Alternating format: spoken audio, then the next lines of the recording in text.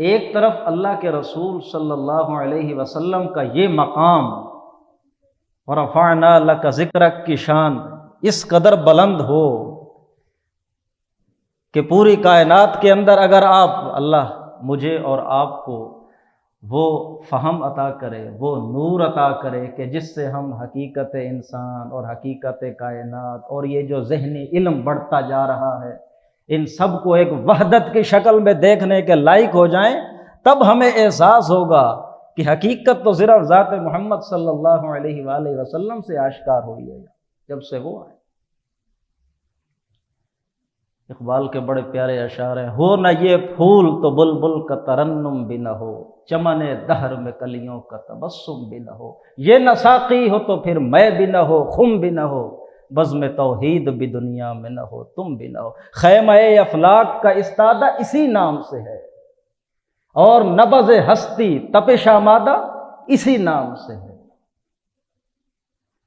دشت میں دامن کوہسار میں میدان میں ہے، بحر میں موج کی آغوش میں طوفان میں ہے۔ یعنی دیکھیں تو صحیح کیسے ازداد استعمال کرتے چلے جا رہے ہیں۔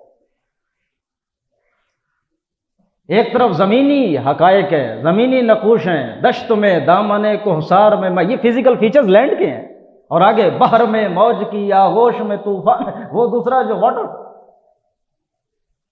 چین کے شہر اور مراکش کے بیابان میں ہے۔ چین کا شہر اس وقت بھی آبادی کے لحاظ سے چین زیادہ تھا، مراکش بیابانی میں، وہ تو صحرا ہے، ادھر دیکھ لو یا ادھر دیکھ لو، ہر طرف دنیا میں، اور پوشیدہ مسلمان کے ایمان میں ہے۔ کون ہے یہ؟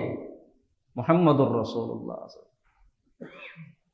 چشم اقوام یہ نظارہ ابد تک دیکھے، رفعت شان رفعنا لک ذکرک دیکھے۔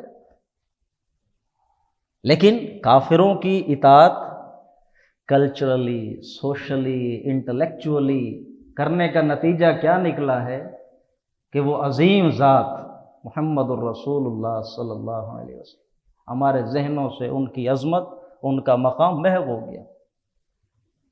ہمارا نوجوان وہ کیا احترام کرے گا محمد الرسول اللہ کا؟ کہاں رہ گیا ہماری زندگی میں ان کا لائف سٹائل، ان کا سکھلایا ہوا دین، ان کی بتلائی ہوئی بات؟ ہمارے گھروں میں کہاں ہے؟